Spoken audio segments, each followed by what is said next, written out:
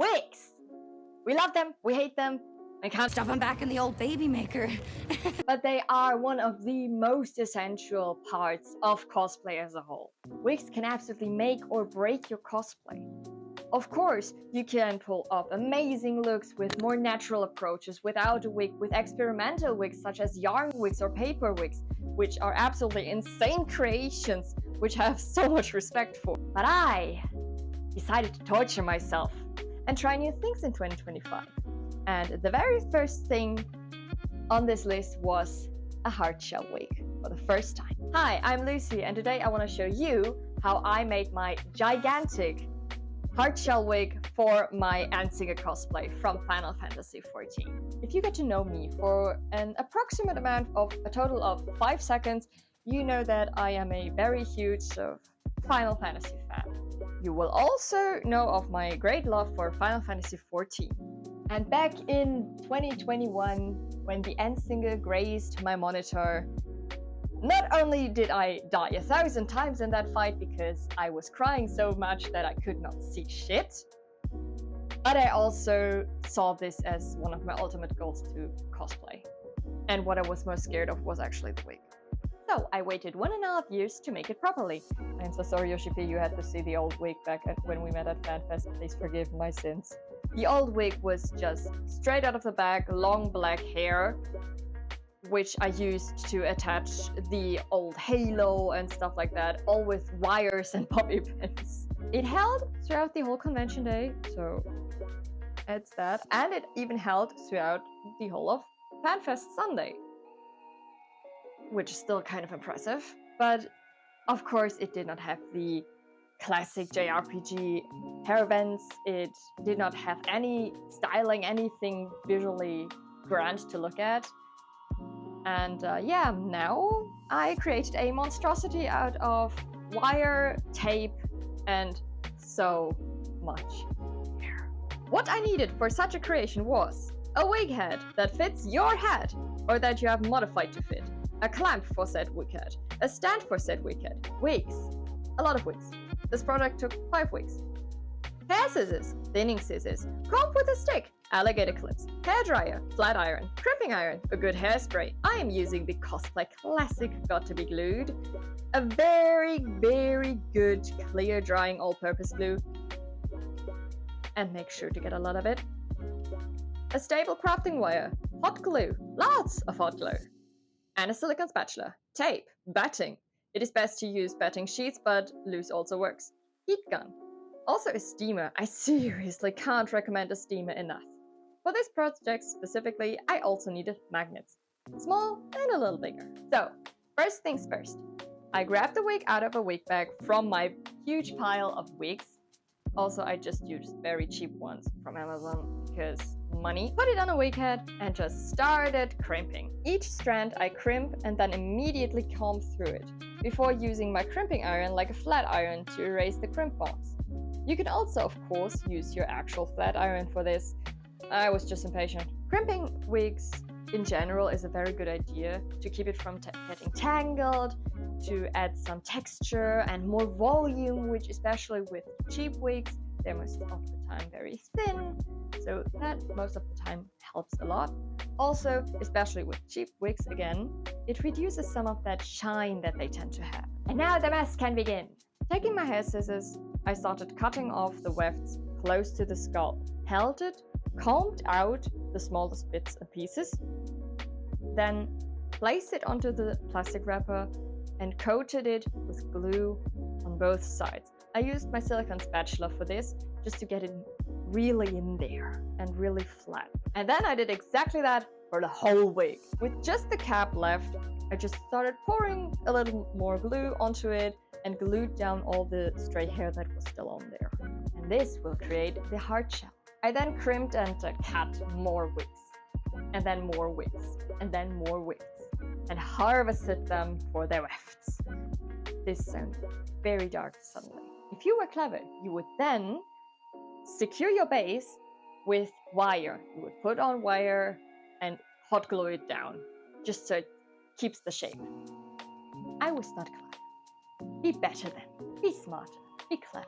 Because I did not have batting sheets as I was too lazy to buy them, I hot glued black felt onto the base. I then added a small channel in the middle where the parting of the wig was gonna be, and also placed dots where the magnets were gonna go. Always check the fits in between, because you don't want to end up with a too tight hardshell wig that will give you headaches and will make your con day horrendous. Next was actually figuring out the structure of this hair, of this massive hair. Since this fight takes place in space, at the literal end of the universe, her hair flows weightlessly in thick strands, defying gravity, which is actually the reason why this whole structure exists in the first place. Basically, what I wanted to do is port an Amano artwork into real life, and for that you just need to use very heavy wig styling.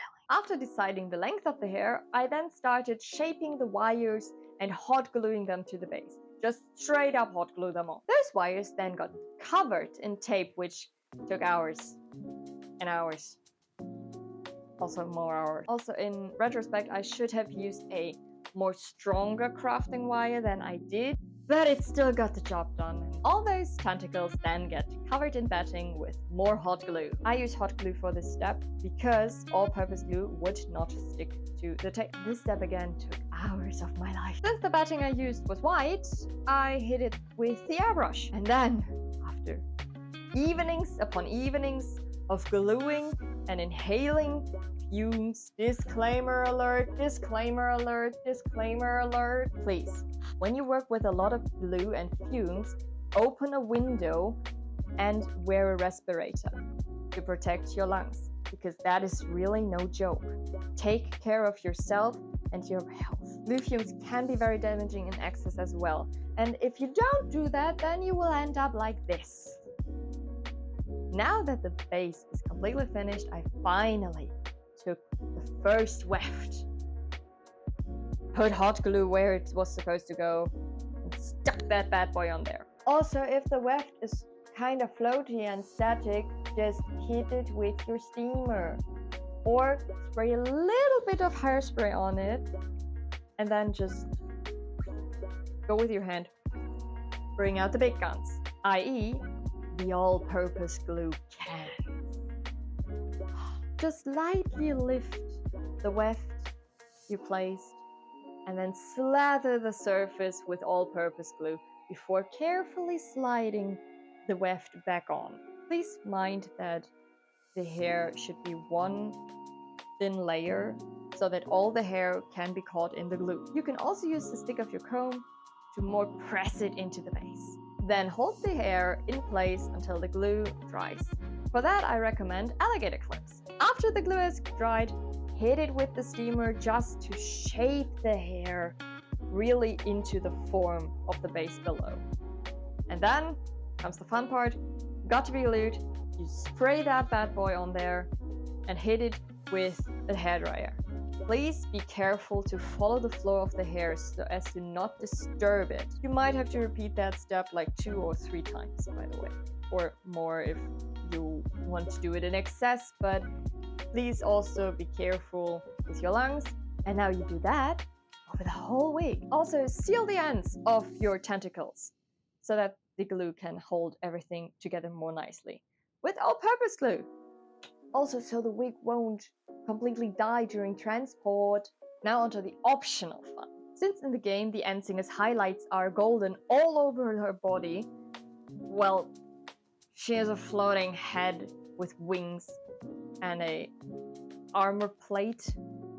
I don't even know if I should call it breastplate or a shoulder plate or whatever. But anyways, I decided to use my airbrush to paint on some golden highlights onto the wig, because there's actually also a golden shine on the hair if you squint. Do I take some creative liberties here? Definitely. Do I love them? Yes, I do.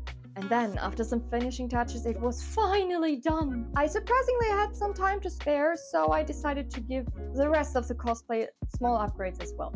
More feathers for the wings, a nicer golden highlights for the breastplate or shoulder plate, whatever you want to call it, as I said. I packed up my new baby, including the creepy baby, and got on the road to my photo shoot with the amazing amazing photo stegi. I'm still so happy about this photo shoot, I cannot tell you. Oh my god. So, in the end, is the wig heavy? Yes. Is it uncomfortable? Very much so. Can I turn my head? Like, at all? No. But was it all worth it? Yes. Yes, it was. Bringing the Endsinger to life was really an experience. Not only because I connected very much with the character and the whole expansion of ENDWALKER, and not only because Final Fantasy XIV is one of my favorite games of all time, but the whole progress. I learned so much. Not only about wig styling, but also before that when I made the rest of the costume. When I did the upgrades now. Endsinger is a cosplay that means a lot to me. And I might even wear her to a con again this year, even though it will be hard and uncomfortable, but this cosplay is worth it. The Endsinger for me is worth it. Even though I might hate myself during it. To live is to suffer, and art can be painful, but it will be worth it, and we cosplayers are also masochists. I mean, we wear winter cosplays at summer cons and summer cosplays at winter cons because we are that stupid sometimes. Thank you so much for watching this video, my very first long form video for this channel. It would really mean a lot to me if you would put a like on there and maybe subscribe for future videos in that format, because I'm having a lot of fun. I hope you did too. Maybe also share this video with a friend who maybe wants to attempt extreme wig styling as well, or maybe wants some inspiration for bigger cosplays. Bigger as in visually, because goddamn, that cosplay is big, man. I'm still so proud of it. You can also find me on Instagram, TikTok, and Blue Sky, where I'm actually a lot more annoying about my Final Fantasy obsession, especially with Xenos. But that's a different topic for a different type of video, which I will most likely never make. Have a fantastic rest of your day, and don't forget to enjoy life before a big depressed space bird decides that it is all meaningless.